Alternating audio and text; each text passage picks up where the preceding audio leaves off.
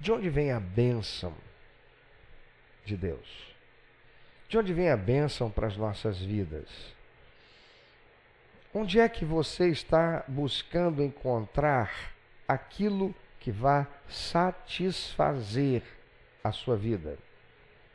Que vai realizar o teu futuro de modo abençoador? Eu quero te levar na história e no tempo até a realidade do povo hebreu, o povo de Deus, que estava escravizado na terra do Egito. E para situar você, eu preciso contar um pouquinho da história, antes de chegarmos no texto que será base para a nossa reflexão, a palavra de Deus, a mensagem do Senhor para as nossas vidas nessa noite. Jacó tem 12 filhos. Eles estão na terra de Canaã, a terra que o Senhor prometeu a Abraão. E lá estão vivendo. É ainda o clã de Jacó. Jacó, filho de Isaque, filho de Abraão. É a terceira geração da promessa. Já está estabelecido na terra de Canaã. Porém, aquela terra começou a experimentar muita dificuldade, uma seca terrível. E um dos filhos de Jacó, o sucessivo ao mais novo, por nome José, foi vendido como escravo por seus irmãos e foi levado para o Egito. José, lá no Egito, ele honra a Deus e, por consequência da sua honra a Deus e cumprindo o propósito de Deus, José acaba de escravo, passando por anos de peregrinação, de vida ali naquele lugar, é tornado governador de todo o Egito por uma ação sobrenatural de Deus, manifesto na resolução de um grave problema pessoal enfrentado por Faraó, sem que soubesse que toda a terra de então, todo o ambiente conhecido de então, iria passar por uma grande dificuldade climática que provocaria 7 anos de seca. Mas antes disso haveria 7 anos de fartura. Jacó está com seus filhos, os outros filhos lá em Canaã. Ao longo desse tempo de fartura, José, como governador do Egito, leva o Egito a um nível de prosperidade muitas vezes maior do que jamais Faraó pudesse imaginar chegar. E se prepara para os 7 anos de seca que virão.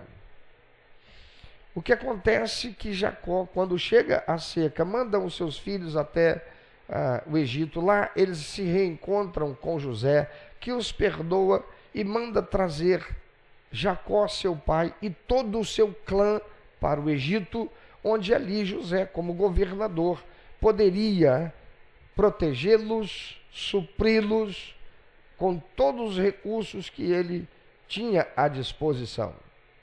Então Jacó, com todo o seu clã, vai para o Egito. O povo da promessa de Deus vai para o Egito. E lá no Egito, durante o tempo que José é vivo, eles ali permanecem sendo abençoados e experimentando as benesses de Faraó. Mas José morre. Os irmãos dele morrem.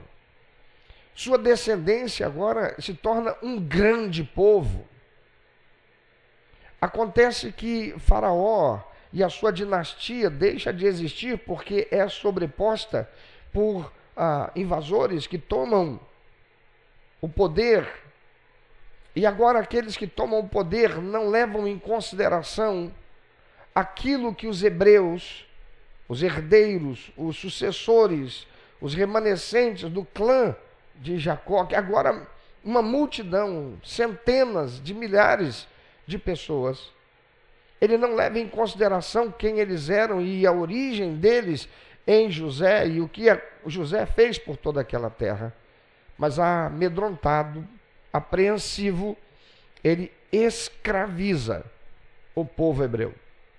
E o povo hebreu fica escravizado 400 anos na terra do Egito. Eles estão ali chorando, sofrendo por não terem liberdade. Irmãos queridos, abram seus ouvidos.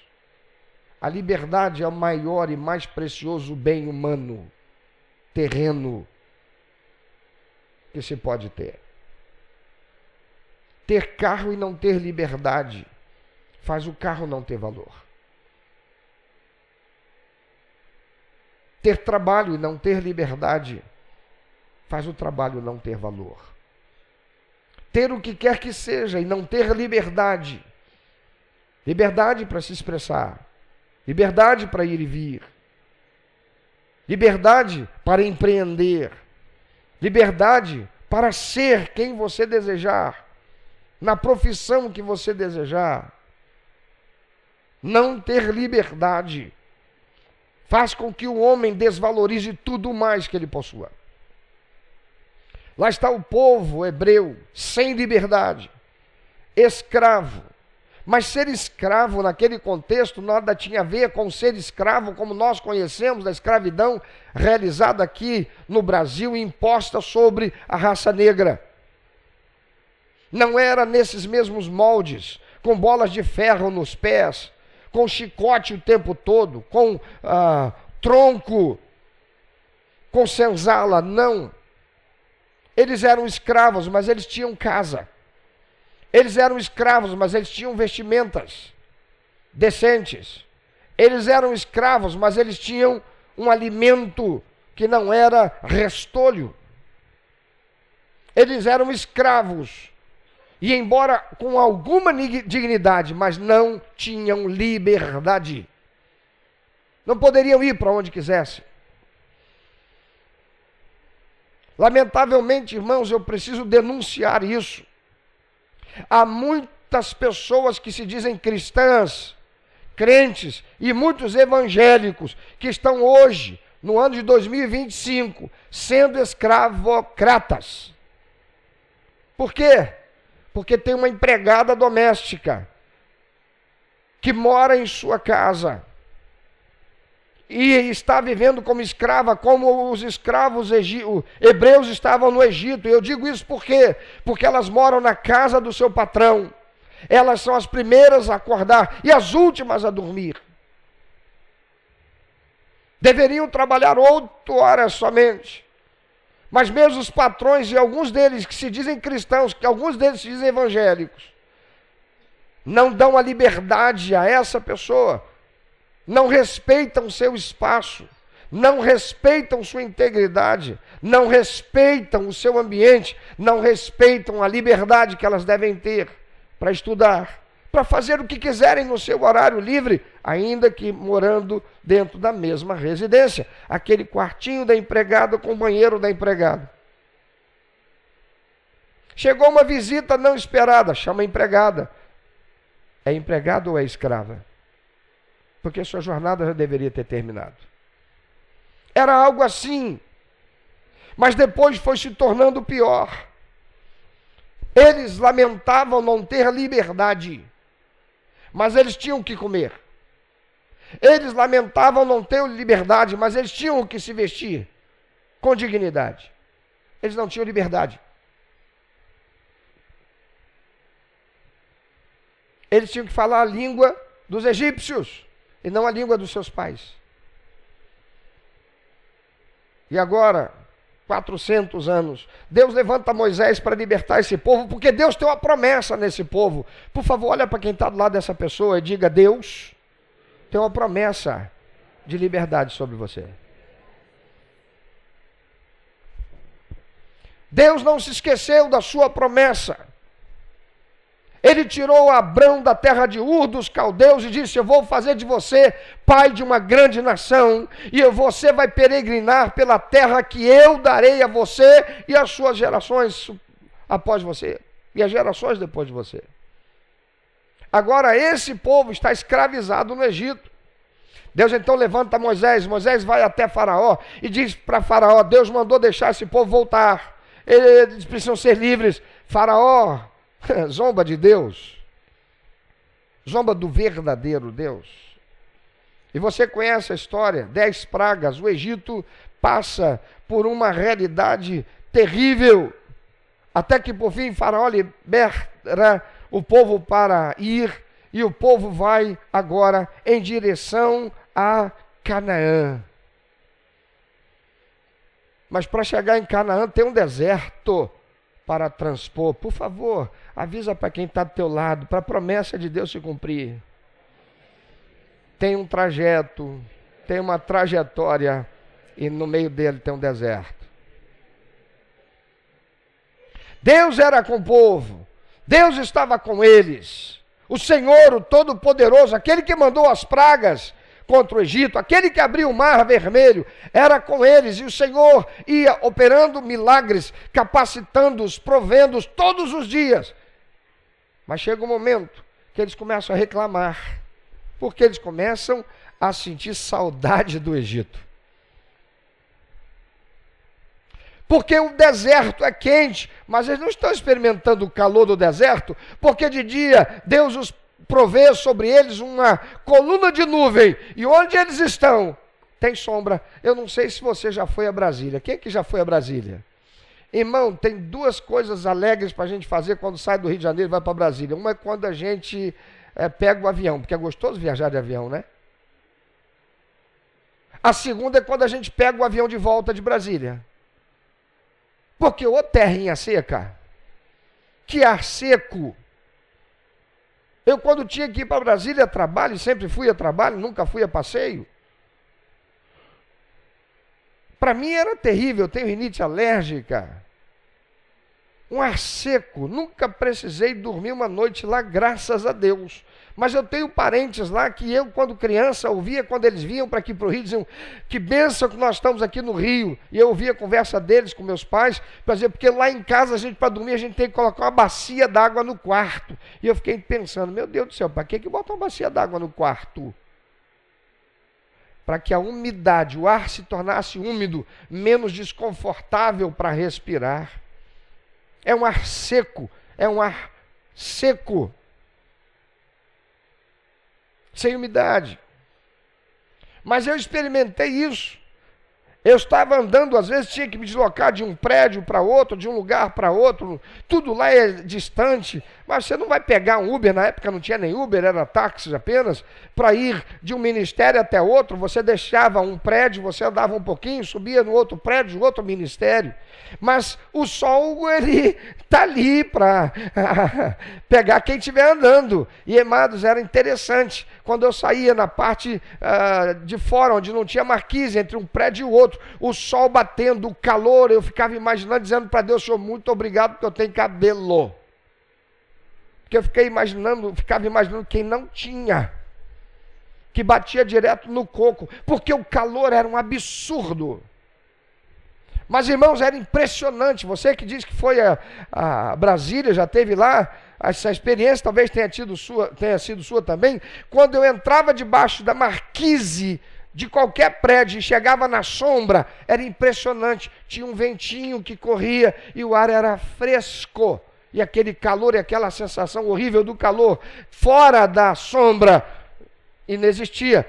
Você teve essa sensação também? Quem passou por isso lá? Não é assim? Deus provia uma coluna de nuvem de noite, de dia, impedindo que os raios solares castigassem o povo.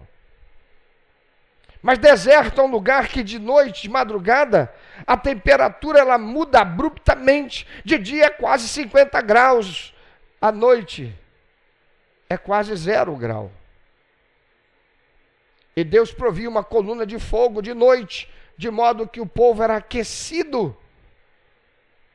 Mas também deserto é lugar de seres perigosos, aranhas venenosas, cobras venenosas no deserto.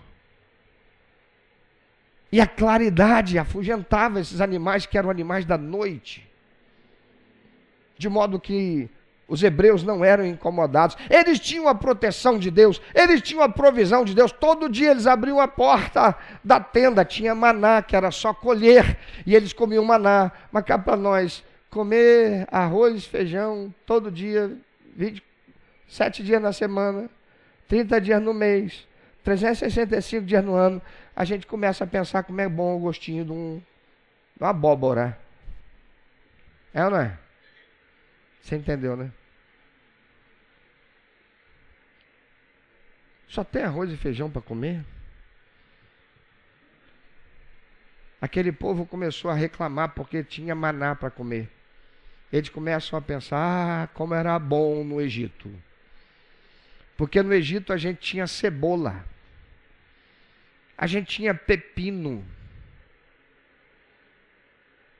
E a gente podia comer cebola e pepino. A gente tinha hortaliça. Guarda isso na sua mente. Eles começaram a sentir saudade do quê? Cebola, pepino. E essas coisas são coisas que nascem aonde? Diga, no solo. Para colher a gente faz o quê? Tem que se abaixar. E abaixar e pegar da onde? Do galho? Da terra. Então eles estavam com saudade de quando eles tinham que se abaixar e colher da terra aquilo que eles agora sentiam falta. Os pepinos, as cebolas. Porque tudo que eles tinham era maná. Maná eles colhiam onde? Diga, na terra. No chão. Mas da onde vinha o maná? Do céu. De onde vinha a cebola e o pepino? Da terra. Guardou essa mensagem? Essa informação? Ali está esse povo, caminhando em direção a Canaã, a terra prometida. Nada lhes faltava. Recebendo do céu, ainda não tendo chegado em Canaã, mas sendo provido em tudo o que precisavam. Por favor, olha para quem está ao teu lado. Eu não sou animador de auditório. Eu quero te ajudar a guardar para amanhã e para depois aquilo que Deus está revelando a você no dia de hoje. Diga para quem está do teu lado, isso vai forçar a sua mente a exercitar a sua memória também e a dele. Diga para ele, no caminho, você terá tudo o que precisa, mas só vai receber tudo o que almeja quando chegar lá. Então diz para ele, o caminho é longo, mas lá valerá a pena. Amados, nós vivemos num mundo que nos acena com promessas de prosperidade, segurança, muitas vezes nos oferecendo gaiolas de ouro. Vidas que, embora aparentemente confortáveis, são na verdade cativeiro disfarçado. Mas a Bíblia, esse livro vivo e poderoso, nos revela uma verdade libertadora. Deus tem um lugar de verdadeira bênção, um lugar onde a provisão não vem do chão, não vem do esforço humano exaustivo, mas vem do alto da sua própria mão. Aleluia! Hoje nós vamos mergulhar numa promessa divina ao povo de Israel e desvendar as suas profundas implicações para as nossas vidas. Vamos ler então Êxodo capítulo 3, versículos 7 e 8.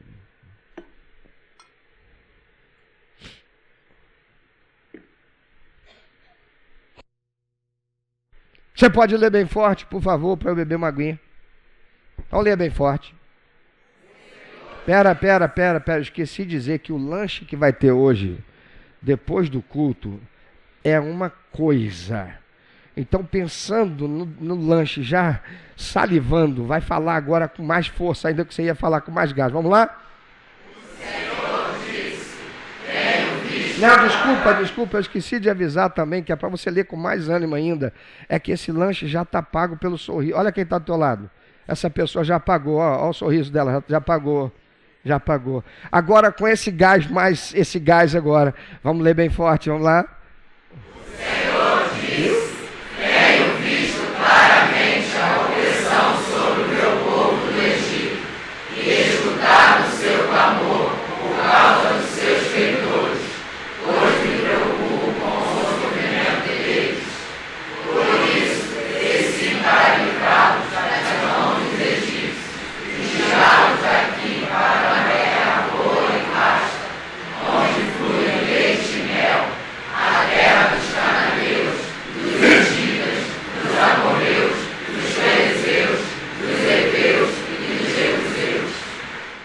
Deus está prometendo para esse povo, enquanto ainda estão escravizados, de que vai levá-los para uma terra que mana leite e mel.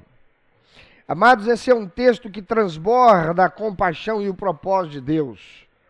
Ele vê o sofrimento, ele ouve o clamor e desce para libertar. E o destino? Uma terra onde mana leite e mel. Deus não vai libertá-los para levar para qualquer lugar. O Senhor vai libertá-los para levá-los para uma terra onde o quê? Mana leite e mel. Terra de prosperidade, terra de bênção. Não é qualquer lugar. Mas repita para quem está do teu lado, por favor. Entre Egito e Canaã, tem deserto para atravessar.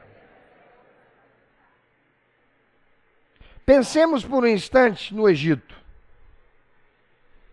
A história antiga nos revela uma civilização de riquezas imensas, monumentos grandiosos e uma aparente prosperidade material. Certamente você já viu algum filme retratando o Egito. Talvez você tenha assistido o filme A Múmia. Quem assistiu A Múmia? Talvez você tenha, de ação, né? Talvez você tenha assistido o filme sobre Moisés. Quem assistiu aquele filme, Moisés? Né? Joia. Como é que é lá o Egito? Pirâmides, obras extraordinárias. Quando nós falamos de obras faraônicas, essa expressão quer dizer uma obra grandiosa, portentosa, algo extraordinário. Assim era o Egito. Uma civilização de riquezas imensas, monumentos grandiosos, uma aparente prosperidade material.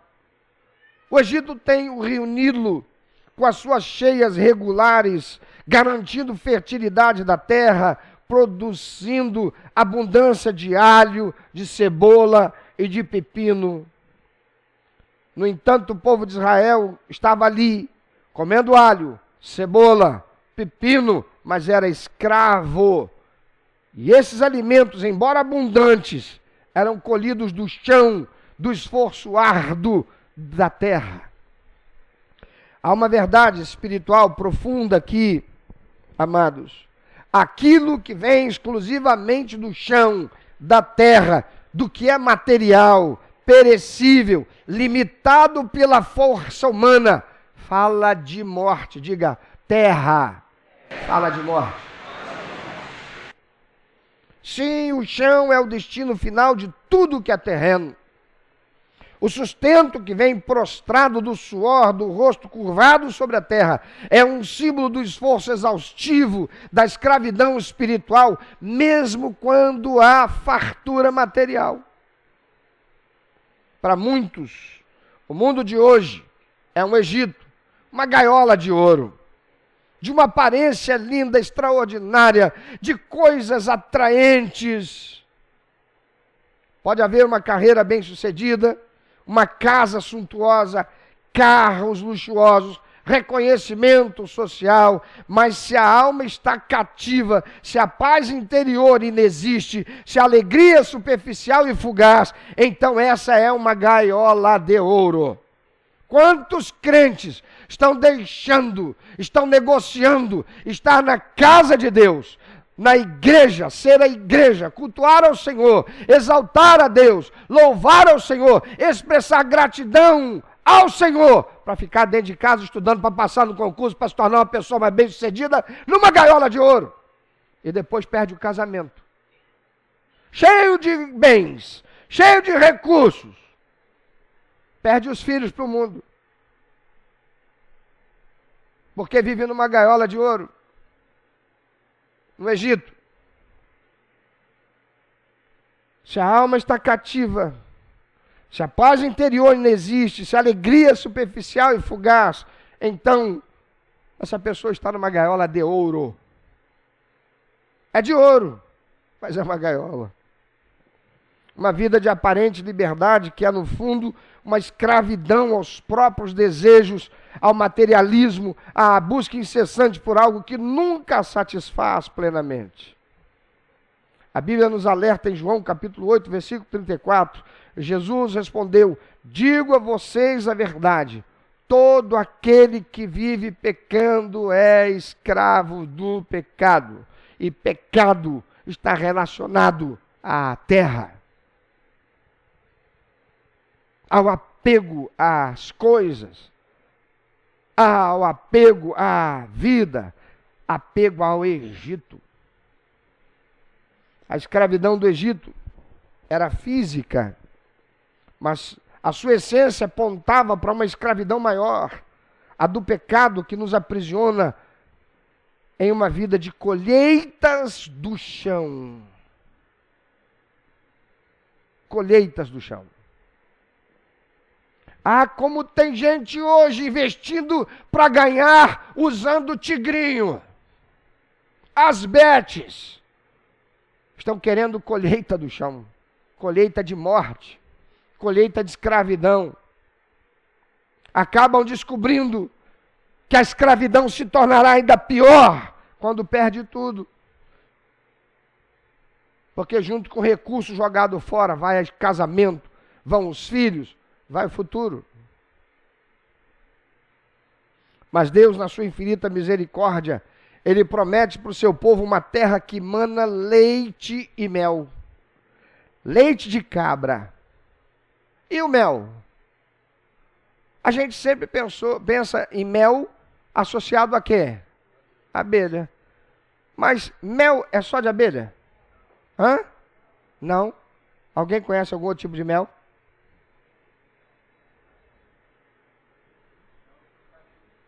Mel de eucalipto. Mas mel de eucalipto é mel feito pela abelha. Mel também é uma palavra que está associada a um líquido viscoso, doce e altamente nutritivo. Sim ou não? Hã? Por isso, do escritor, poeta, dizer, os beijos dela era como, os lábios dela era como, amor, vou dizer para você, os seus lábios são como favos de mel.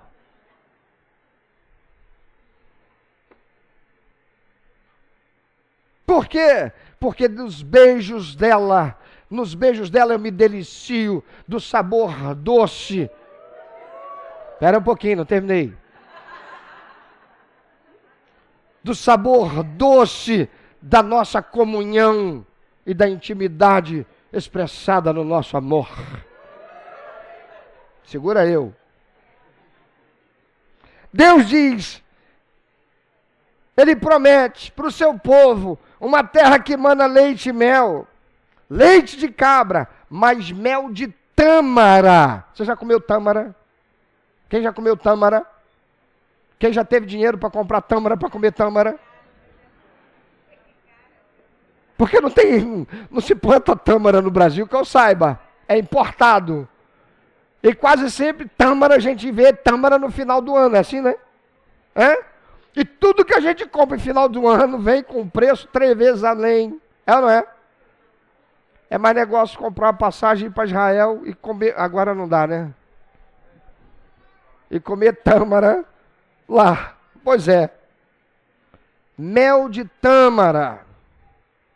Frutos, ouça isso, que se colhem do alto. Se você não sabe, tâmara é o fruto de um tipo de palmeira.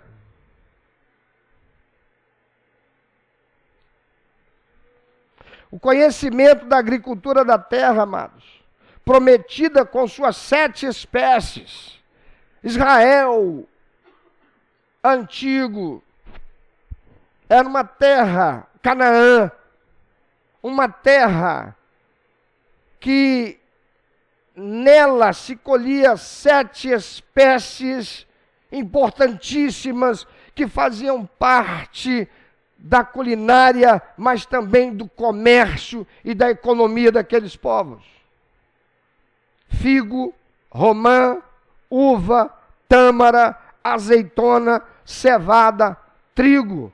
Isso nos dá a chave para a compreensão do que o Senhor está falando aqui. Estes não são apenas alimentos, são símbolos poderosos, porque a palavra de Deus, ela é cheia de simbolismo profético. E lembremos sempre, o Antigo Testamento aponta para o Novo Testamento, aponta para Jesus, aponta para a obra vicária de Cristo, aponta para a Canaã celestial, para onde irão todos aqueles que recebem Jesus como seu único, eterno e suficiente Salvador. Quem aqui já recebeu Jesus como Salvador, Senhor? Levanta bem alto o braço, diga: eu estou passando pelo deserto para Canaã.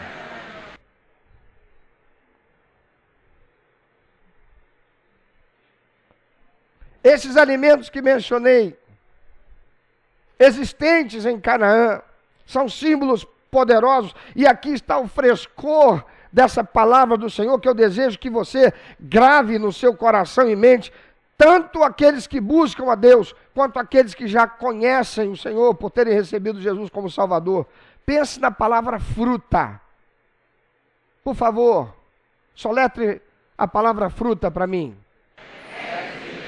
Tá devagar, peraí, vamos lá. Vamos, não deu tempo, vamos lá.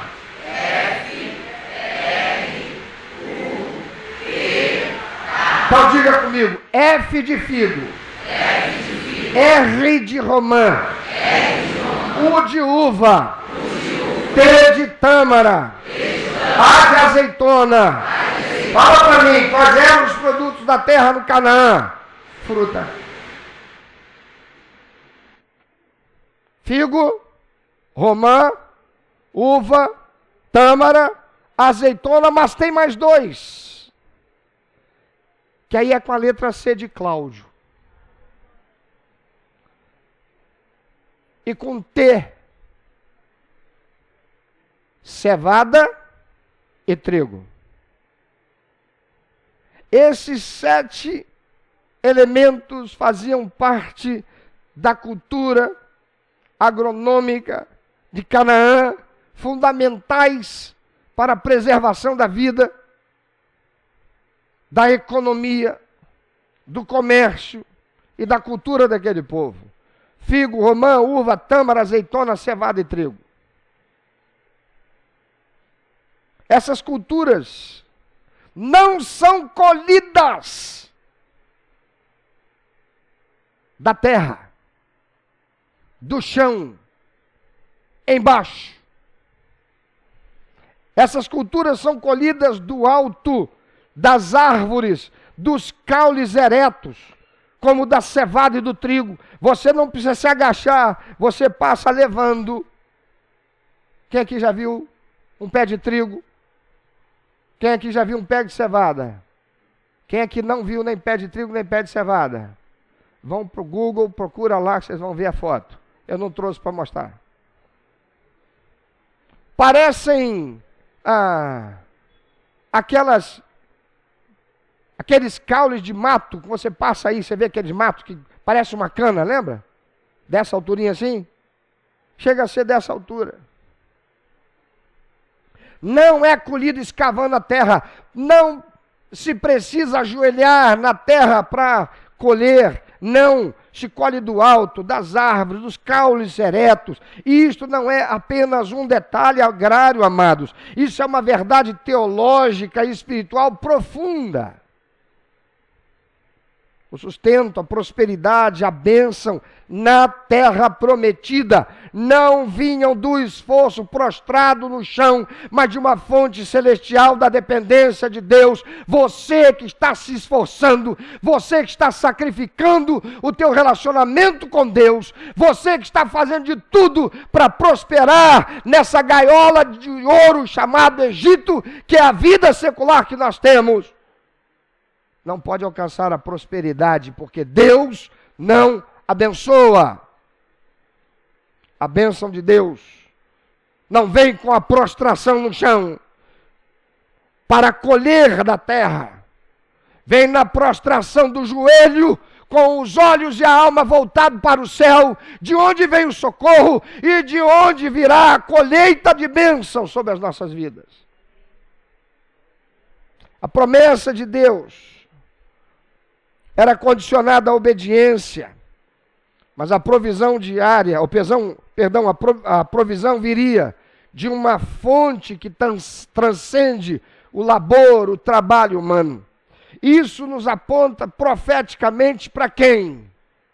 Para Jesus Cristo, o Deus vivo que desceu do céu para habitar entre nós. Ele é o verdadeiro leite e mel para a nossa alma. Ele é a vida, a nossa prosperidade espiritual, a nossa bênção que vem do alto. No Antigo Testamento, a terra prometida era um tipo, uma sombra daquilo que nós encontramos em plenitude em Cristo Jesus. Nosso sustento não vem mais do legalismo religioso, do esforço humano para merecer a salvação. Não, a nossa salvação, a nossa vida abundante, a nossa paz, o nosso equilíbrio, a nossa satisfação, a nossa alegria verdadeira, ela vem de Jesus. Como nos diz João, capítulo 3, versículo 31, aquele que vem do alto está acima de todos, aquele que é da terra, pertence à terra e fala com quem é da terra. Aquele que vem do céu está acima de todos. Aleluia! Esse é Jesus. E também João, capítulo 6, 35, então Jesus declarou: eu sou o pão da vida. Aquele que vem a mim nunca terá fome, e aquele que crê em mim nunca terá sede. Jesus veio do alto. Jesus morreu na cruz para nos libertar. Ele ressuscitou ao terceiro dia e hoje está à direita de Deus Pai, de onde derrama as suas bênçãos sobre todos aqueles que estão focando em Canaã e colocando os seus esforços onde Deus espera, onde Deus determina, para a glória dele. Meu amigo, minha amiga, que me ouve hoje aqui presente e participando conosco por essa transmissão, o Egito da sua vida pode até parecer confortável nesse momento. Tem o rio Nilo que de vez em quando enche e transborda, proporcionando colheitas fartas de pepino, cebola e alho. Mas é uma gaiola de ouro, onde você é escravo, onde você tem que viver segundo o curso desse mundo, segundo dita aquele que está regendo a sociedade, o sistema que está na mão do diabo, o inimigo das nossas almas. Pode parecer seguro, porque lá no Egito tem casa, lá no Egito tem roupa, lá no Egito pode ter a sua plantação própria para subsistência, mas é escravidão, é Egito. Pode oferecer prazeres momentâneos, mas é Egito. Mas se você ainda não entregou sua vida a Jesus Cristo, você ainda está cativo, você está vivendo na gaiola de ouro do mundo, onde o seu sustento, suas esperanças, vêm do chão, vêm do que é limitado, vêm do que é perecível, vêm daquilo que trai, daquilo que causa dor, sofrimento, pesar, destruição. Billy Graham, provavelmente o maior evangelista depois do apóstolo Paulo, que viveu até o século passado, na sua sabedoria inegável, costumava dizer: o cristianismo não é uma religião, é um relacionamento. Tem muita gente buscando igreja. E tem muita gente mudando de igreja como quem troca de roupa. Agora eu vou para a igreja da parede preta. Agora eu vou para a igreja da parede branca. Será que vai surgir alguma igreja de outra cor aí? Porque toda hora é um modismo. E as pessoas saem das igrejas onde estão para irem para aquela outra igreja como quem troca de roupa, porque estão indo atrás de um consumo religioso. um culto gospel show, uma pregação gospel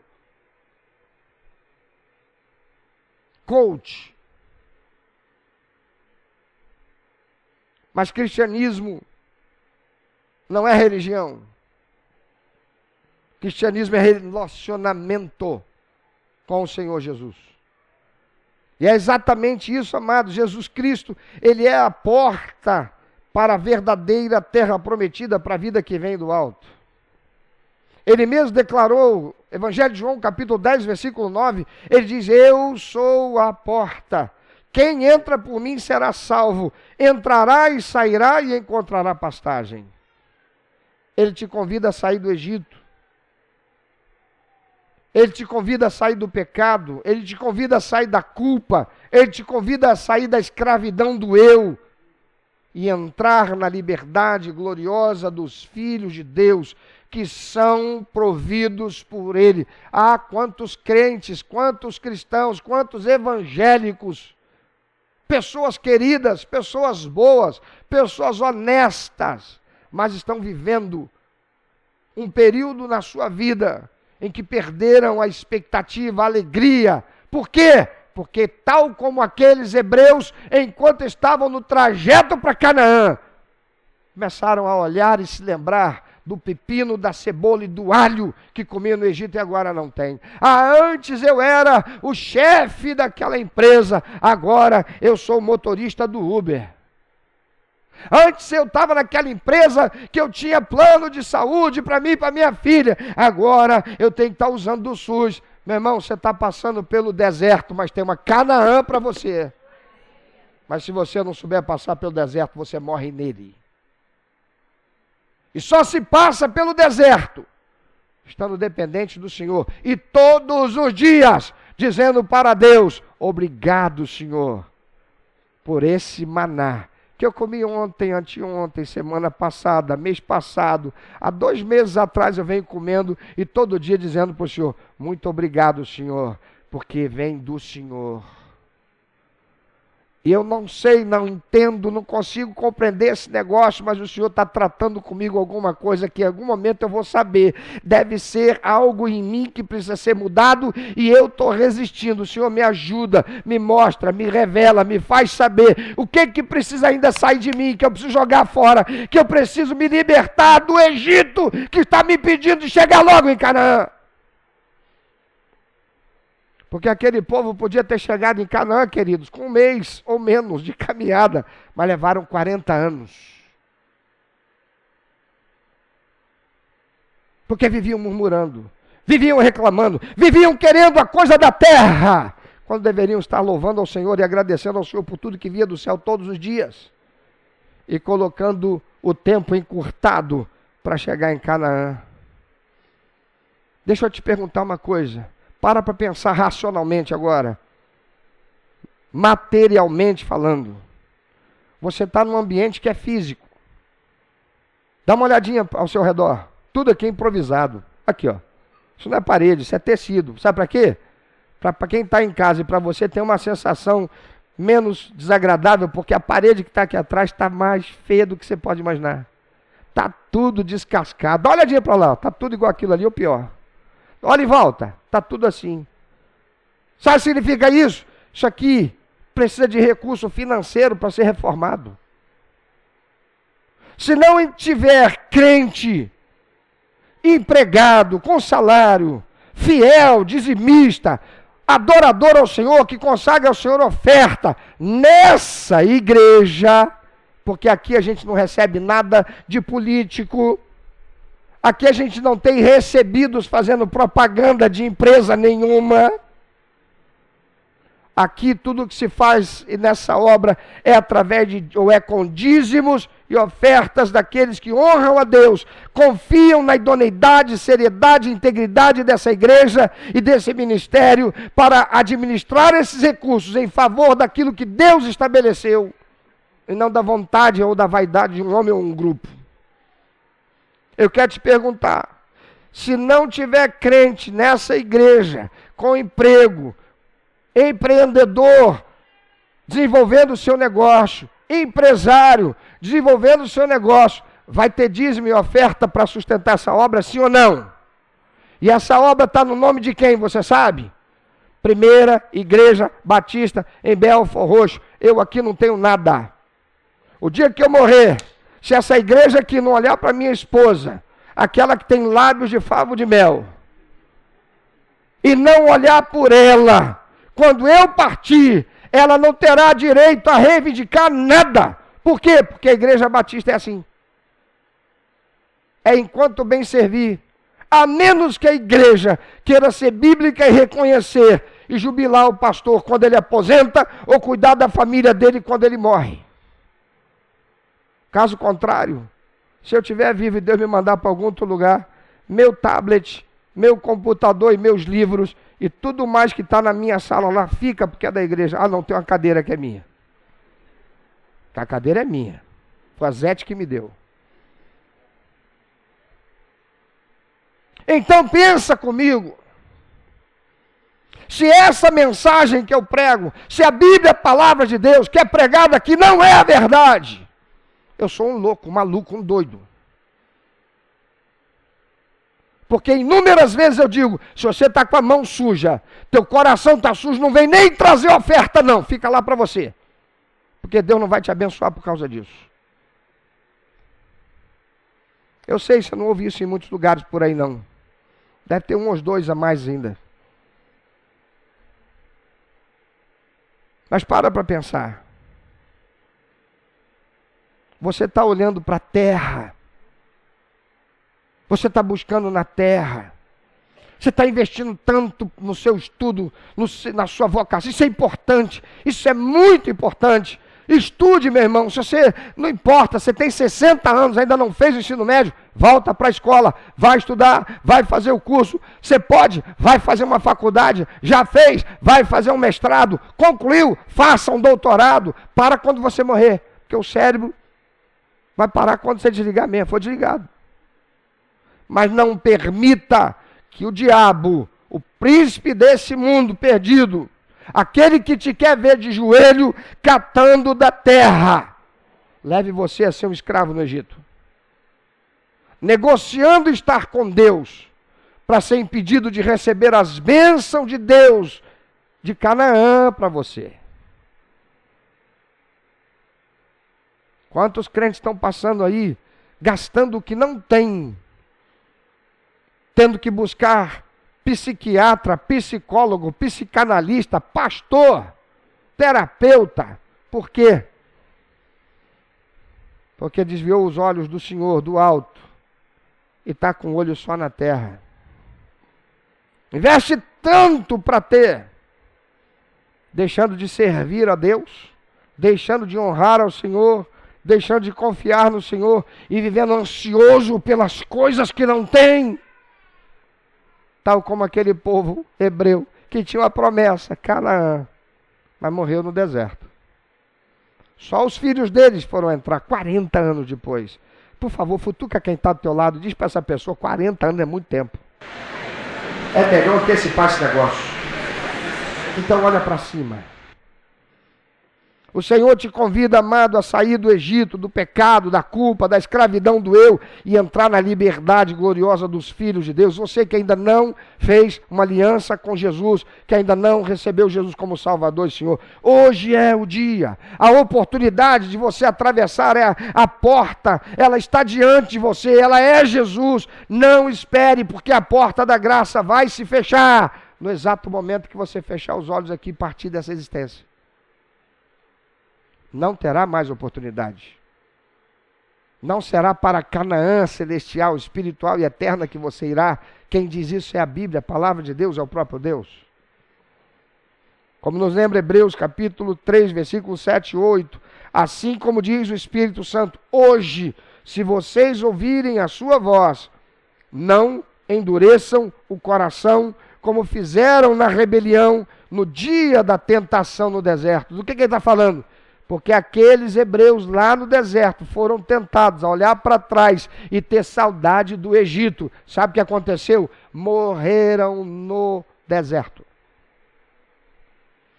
A vida, amados, é um sopro. A eternidade é real. Se você está cansado de colher do chão, do esforço inútil, do vazio da alma, então entregue-se hoje a Jesus Cristo. Receba Ele agora mesmo. Ele é a única fonte de vida que vem do alto. Entrega a tua vida para Jesus. Receba Ele como teu único, eterno, suficiente Salvador. Faça uma aliança de vida eterna com Ele para começar vivendo aqui, para chegar lá. E para você que é crente, para você que já recebeu Jesus como Salvador e Senhor, lavado e remido pelo precioso sangue do Senhor Jesus Cristo, esse texto é um poderoso chamado à consagração e à dependência dEle. Será mesmo que, tendo saído do Egito espiritual pela fé em Cristo, você não anda com saudade do alho, da cebola de lá?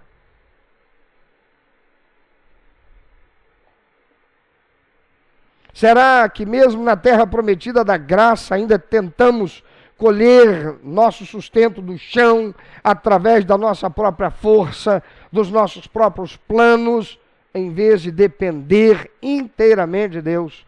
Tem muito crente que está esmurrando a porta,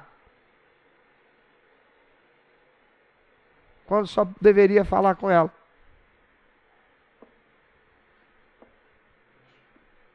E a porta é Jesus.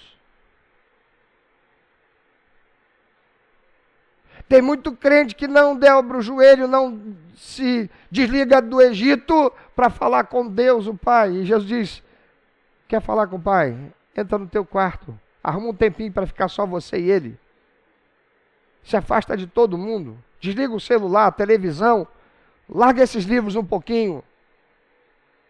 Porque não vai adiantar nada você estudar tanto para o concurso, e quando chegar na hora do concurso, porque você é crente, o diabo vai perturbar a tua mente, você não vai ter paz, você não vai ter descanso, vai ter confusão de mente, até aquilo que você estudou, você não lembra, se dá mal. Enquanto o ímpio, que às vezes nem estudou tanto quanto você, vai passar no teu lugar. Se é que Deus te quer lá. Porque também tem muito crente que está fazendo um esforço tremendo para chegar em algum lugar, sem nunca ter perguntado: Senhor, o Senhor quer que eu vá para lá? É isso que o Senhor tem para mim? É lá que o Senhor quer que eu tenha a provisão para a minha vida, para a minha família, construa o meu futuro e possa ser um instrumento para a tua glória? Quantos crentes não estão investindo na oração, na busca de Deus, do saber a vontade de Deus? Amados, a terra de Israel, como ensina a Escritura, é uma terra de dependência de Deus. Se o povo cumprisse os mandamentos, Deus lhes daria a chuva na estação certa e a terra produziria o seu fruto. E o nosso sustento, a dependência contínua do Senhor, traz a nós a paz, a alegria, e proporciona a nós a vitória sobre o pecado, que não vem do nosso esforço carnal, mas sim da nossa comunhão com Deus, submissão a Deus, relacionamento com Deus. Como está escrito em Filipenses 4:19, o meu Deus suprirá todas as necessidades de vocês de acordo com as suas gloriosas riquezas em Cristo Jesus. Se você estiver na direção que Deus quer, você nem terá que fazer tanto esforço, porque Deus verá o esforço que você faz para estar na vontade dEle, no centro da vontade dEle, cumprindo a vontade dEle, e Ele honrará, proporcionando todos os meios para que você chegue lá. Assim como Ele proveu a coluna de nuvem de dia, a coluna de fogo de noite, assim como Ele proveu o maná todos os dias, assim como Ele tirava a água da pedra, o Senhor vai proporcionar a você o que você precisa, mas você precisa descansar na promessa do Senhor. Quem não descansa na promessa do Senhor tem transtorno de ansiedade. Quem não descansa na promessa do Senhor desenvolve depressão. Sim, é verdade, depressão pode ser decorrência de outros fatores. Mas a maior parte de depressão e transtorno de ansiedade que existe, eu falo como terapeuta, é decorrência de excesso de futuro, de tanto pensar e se para o amanhã, em vez de confiar nas promessas do Senhor e fazer a sua parte no hoje, porque a palavra do Senhor diz para mim e para você, basta a cada dia o seu mal. Entrega ao Senhor o teu caminho, confia nele e ele tudo fará. Descansa no Senhor e espera nele. Mas o crente que não lê Bíblia não é lembrado pela sua memória e nem pelo Espírito Santo, porque está com as janelas da alma fechadas para ouvir o Senhor, de tanto que está olhando para a terra. Então, busque o Senhor em oração. Assim como a chuva vem do alto, a sua força e direção vem do tempo a sós com o Pai. Alimente-se da palavra de Deus. A Bíblia é o leite e mel espiritual que nutre a sua alma e te conecta com o divino. Salmo 119, versículo 103 nos diz: como são doces para o meu paladar as tuas palavras, mais doces que o mel para a minha boca. Que mais? Entregue teus caminhos ao Senhor. Pare de tentar controlar tudo do chão. Confie que o Senhor te sustentará com o que vem do alto. Vá fazendo a sua parte naquilo que Deus espera que você faça, sem exceder no seu contato com a terra, mantendo a sua mente conectada com o céu. Amados, que possamos como cristãos, como servos do Senhor, abandonar de uma vez por todas a mentalidade de colher do chão e nos prostrarmos não em esforço inútil, mas em adoração e total dependência daquele que nos dá todas as coisas do alto através de Jesus Cristo. Eu quero encerrar fazendo você pensar numa coisa. Olha para os políticos que existem hoje, na sua maioria. Fazem de tudo da terra para ter, a ponto de matar, de roubar, de espoliar, de enganar, de mentir para se locupletar e enriquecer. Vai morrer de câncer, vai morrer de infarto, vai morrer gordo, cheio de riqueza e vai para o inferno. Saindo do Egito para ir para um Egito muito pior, um Egito eterno. De que terá valido? Enquanto aqueles, muitos que estão sendo oprimidos por esses, mas estão com seu olhar voltado para o Senhor, e não se permitem ser cooptados pelo príncipe das trevas, o sedutor desse mundo, aquele que corrompe o ser humano, permanece fiel a Deus, porque sabe que aqui é deserto, mas tem uma Canaã eterna esperando. E enquanto no deserto, sabe que pode contar com a fidelidade do Senhor para prover de tudo o que precisar para essa jornada. Você pode pensar sobre isso? Feche os seus olhos agora. Reflita um pouquinho. Amados, meus irmãos queridos, meus amigos e amigas que estão aqui, que estão participando conosco por essa transmissão, a mensagem é clara e libertadora. Não se contente com as gaiolas de ouro que o mundo oferece. A verdadeira vida, o verdadeiro sustento, a verdadeira prosperidade não vem de baixo, mas vem de cima, do coração de Deus revelado e acessível em Cristo Jesus. Para aqueles que ainda não conhecem Jesus, porque ainda não fizeram uma aliança com Jesus, você ainda não entregou sua vida para Jesus. Eu não estou falando de se tornar membro da igreja, mas também de se tornar membro da igreja de Jesus. Por quê? Porque não é possível fazer uma aliança com Jesus sem obedecê-lo. E a igreja é a criação de Jesus. Ele foi quem disse: assim como você é Pedro, e ninguém pode negar isso, sobre esta pedra, essa declaração inabalável de que eu sou o Cristo, o Filho de Deus vivo, edificarei a minha igreja. A igreja de Jesus é a reunião de pessoas falíveis, é a reunião de pessoas pecadoras, é a reunião de pessoas imperfeitas, mas que receberam Jesus como único, eterno, suficiente Salvador, fizeram aliança com Ele para viver pelos princípios e valores que foi estabelecido por Ele e estão registrados nas páginas da Bíblia Sagrada por inspiração do Espírito Santo. E se reúnem para celebrar ao Senhor, para cultuar ao Senhor, para adorar ao Senhor, para serem equipados para melhor servir ao Senhor e para cumprir a missão que o Senhor Jesus veio realizar de buscar e salvar os que estão perdidos. Se você ainda não fez essa aliança com Jesus, venha para a terra prometida da salvação hoje. Entrega a sua vida para Jesus hoje. E para nós que já somos de Jesus, que já fizemos essa aliança com o Senhor, que essa mensagem te impulsione a uma consagração mais profunda, a uma dependência mais plena do nosso Senhor, vivendo pela fé e colhendo abundantemente as bênçãos que vêm do alto. Então, nesse momento, eu quero te dar a oportunidade a você, meu amigo, minha amiga, que recebe essa palavra de Deus, que acolhe essa palavra vinda de Deus para a sua vida. Nesse momento, o Espírito Santo está tocando corações.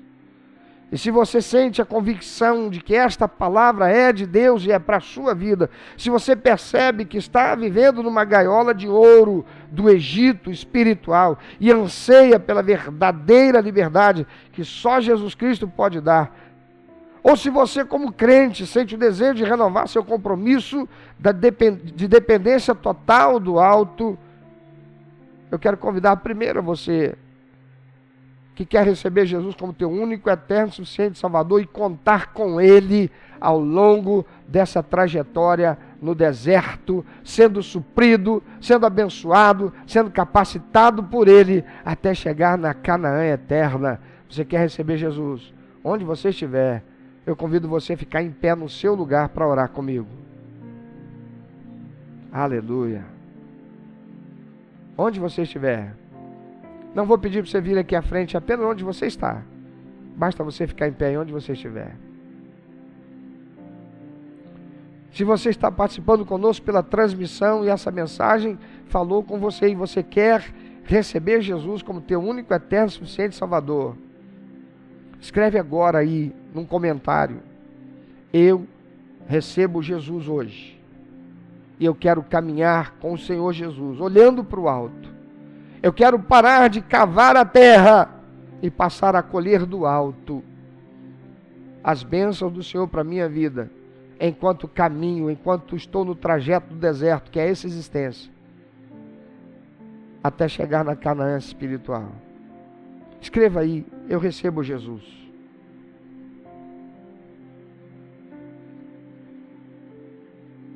Eu quero orar com você agora. Ora depois de mim, orando comigo, diga: Senhor Jesus, eu recebo esta palavra do Senhor para a minha vida. Eu rejeito continuar na gaiola de ouro. Eu entendi a verdade eterna da tua palavra. E eu me rendo ao senhorio teu. Eu creio que só através do Senhor e do teu sacrifício naquela cruz do Calvário,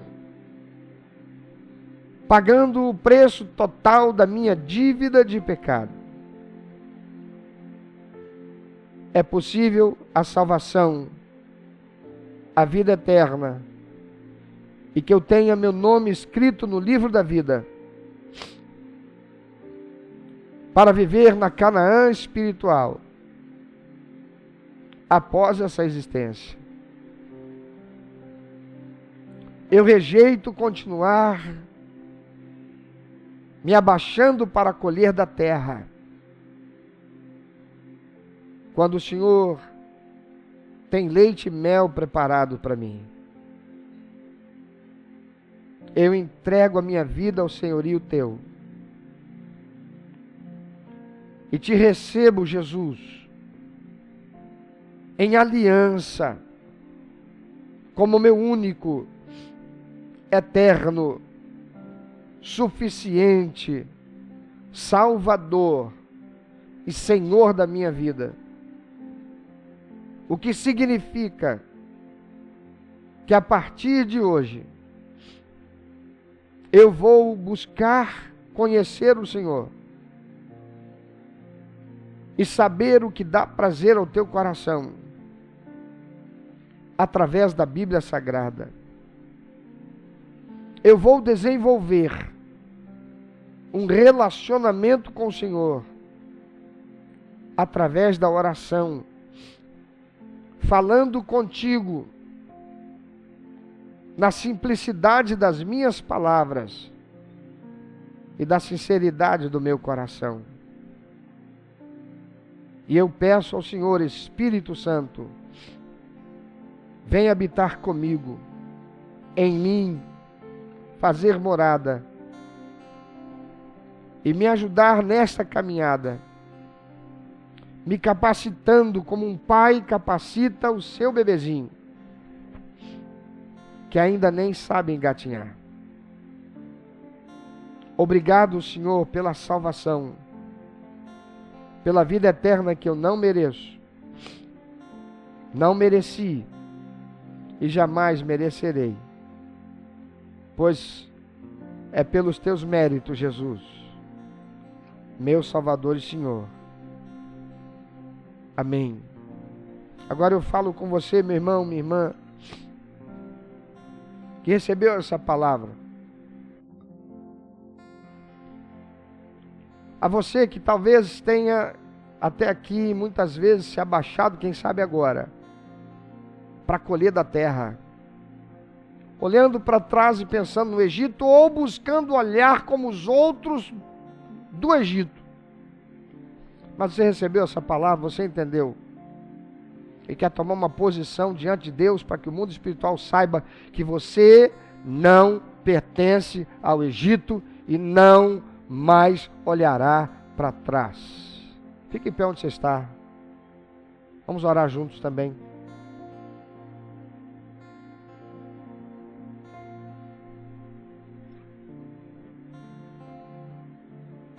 E você que está conosco participando dessa transmissão, está afastado da comunhão com a igreja de Cristo, você é crente, você fez uma aliança com o Senhor, por que é que você está parado no deserto?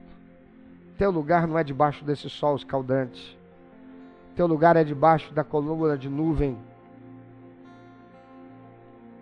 que arrefece esse calor, desse mundo, desse Egito, desse deserto.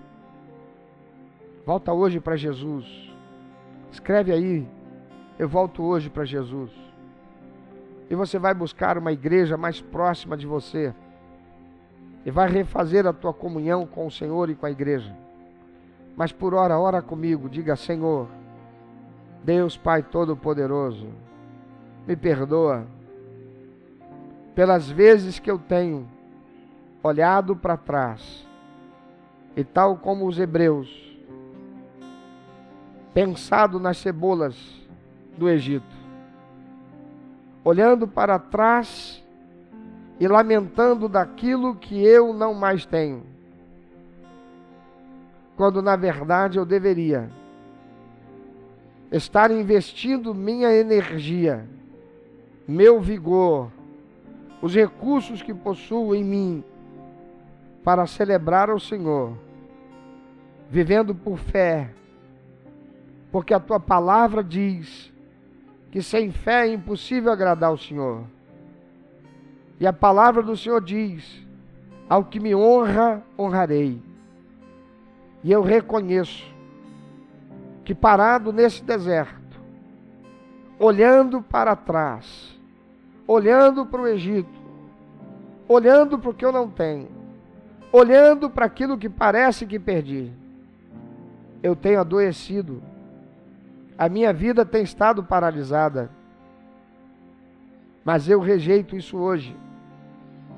Eu rompo hoje com esse ciclo com essa prática, com essa disposição mental, e renovo a minha mente pela luz lançada por tua palavra, para buscar a transformação da minha realidade, consequência do relacionamento que terei contigo a partir de agora, olhando para Canaã, olhando para o céu, colhendo dos frutos que a tua palavra me oferece, pela ação do teu poder e do teu Espírito, para me capacitar com tudo o que preciso e precisarei nessa jornada da vida, de modo a que eu possa ser instrumento do Senhor para capacitar a igreja, para que a igreja possa ter tudo aquilo que se faz necessário para que, como corpo de Cristo, a obra do Senhor seja realizada, de buscar e salvar os perdidos, de ser um diferencial de bênção em meio a essa nação e em meio a uma geração corrupta e perdida. Obrigado, Senhor, por tua palavra, que é lâmpada para os meus pés e luz para o meu caminho. Louvado seja o nome do Senhor. Aleluia.